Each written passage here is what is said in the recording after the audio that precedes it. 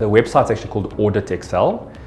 Slightly misleading. The reality is it's anything that touches on Excel. When I initially left and started it, I thought that's what I'd be doing the work would be on auditing Excel models.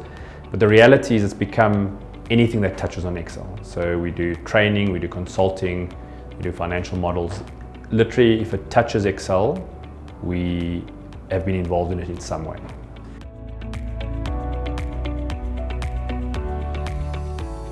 For some reason, I just love Excel. It's just, I can't explain why, but I just love it.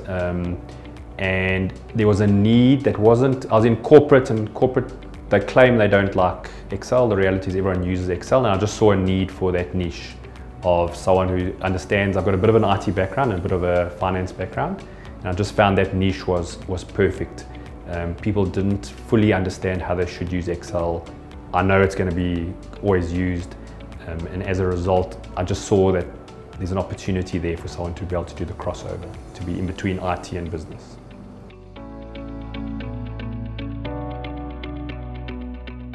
So a few years ago, just suddenly the revenues weren't growing the way I wanted them to. There was just a little bit of stagnation, I suppose. And I thought, look, it's a standalone business, it's me. Maybe I'll just get a sounding board. So I don't have a partner as such. So there's no one ready to bounce things off. So I thought I'd try it out, and clearly I'm still with them, so it's really been beneficial.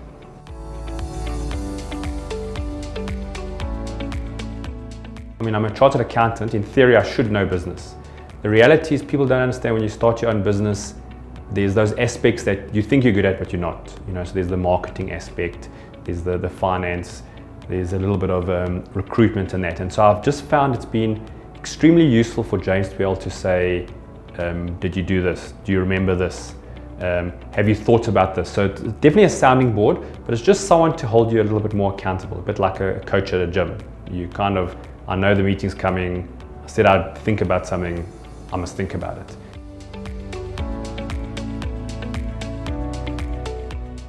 He has really understood my business, so that's one aspect. I suppose he's also understood me. So he's understood right up front that I wasn't interested in creating a 100-man consultancy. So he's been willing to work with my ambitions and what I want to achieve.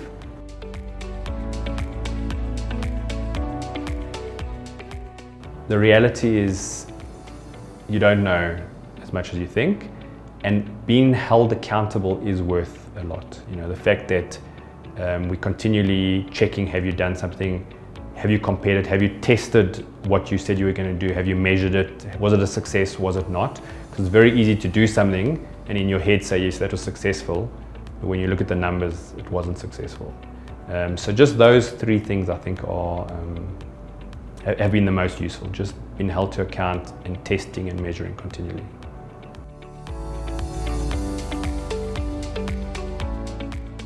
I've been with Grow for 6 years now. At the time, it was almost a reluctant going into it.